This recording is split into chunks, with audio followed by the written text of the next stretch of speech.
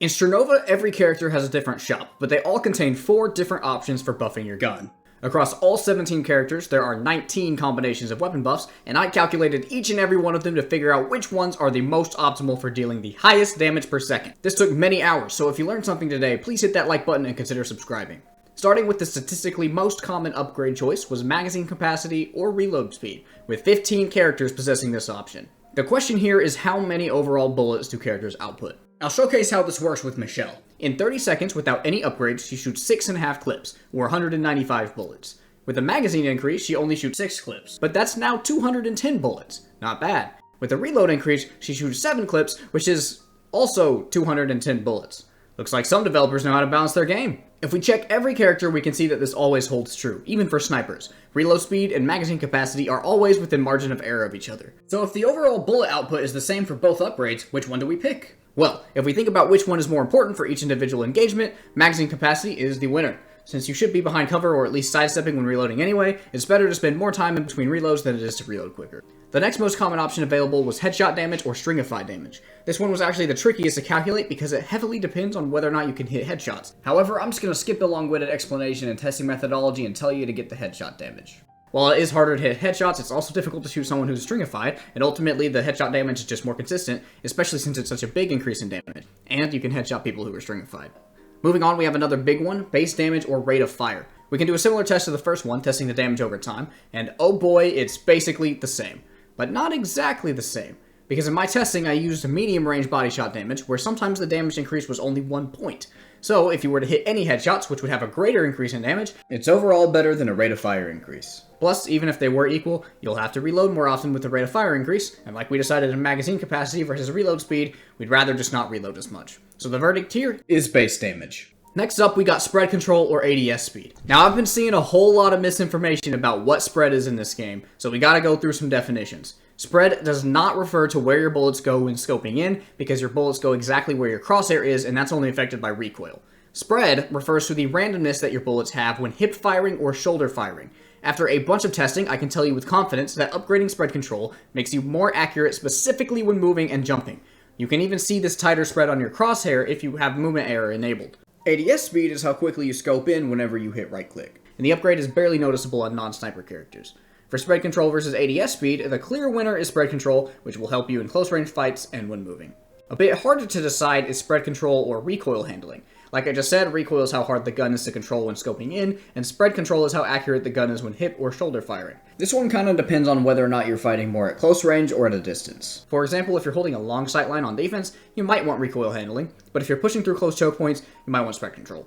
Really, this depends on both you and the situation, but if I had to pick one as the better one, I would pick spread control. Since you can learn the recoil patterns of all the guns and theoretically be pinpoint accurate, it's statistically better to eliminate some of the randomness that comes from spread. So that's why I'll give it the dub.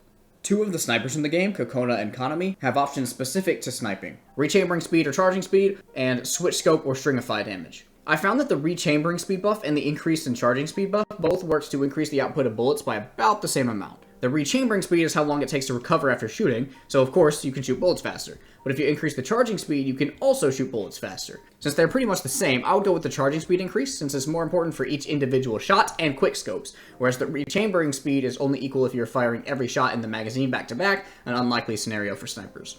The next sniper option is switch scope or stringify damage. The switch scope increases your zoom from 2.5 times to 4 times and gives you the option to switch between them. Personally, I think that while the 2.5 times scope requires a bit more skill at far ranges, it's not worth giving up more stringify damage. Though, if you have a hard time hitting shots at long ranges, it's not as big of a deal. Now let's talk sprint speed. There are 6 different speed shot combinations: sprint speed versus ADS speed, recoil handling, spread control, effective range, reload speed, and 3-shot burst mode. In Strinova, characters can have one of 3 different base movement speeds: 54, 57, or 60. Getting the sprinting upgrade is useless for all of them. I tested all movement speeds and found that even the fastest characters with the sprint speed increase are slower than just stringifying and gliding. Even if you don't buy the 15% stringify movement speed increase, jumping and gliding is faster than running. This is because the base stringify movement speed is 66, higher than the sprint buff can raise your normal movement speed. So the verdict on sprint speed versus everything else is do not get sprint speed. There is, however, one possible exception. Celestia has the option between sprint speed or a 3-shot burst. The burst makes shooting targets at longer ranges much easier because you don't have to deal with the spread or as much recoil, but it technically lowers your overall fire rate, making you deal less damage per second. If you hate burst rifles, I would say that it is acceptable to buy the sprint speed instead, although I personally think the 3-shot burst makes aiming so much easier that it's worth the trade-off in fire rate. Finally, for the gun buffs, we have 5 more important options. I'll go through them one by one. Base damage or full auto mode on Nobunaga. Go with base damage. Full auto just means you don't have to click for every shot, but come on, don't be lazy. Increased bullets or single shot mode on Ica or Baimo. Increased bullets. Single shot mode just turns your gun into a weak rifle, in which case you should just pick a different character. The bullets also just deal way more damage.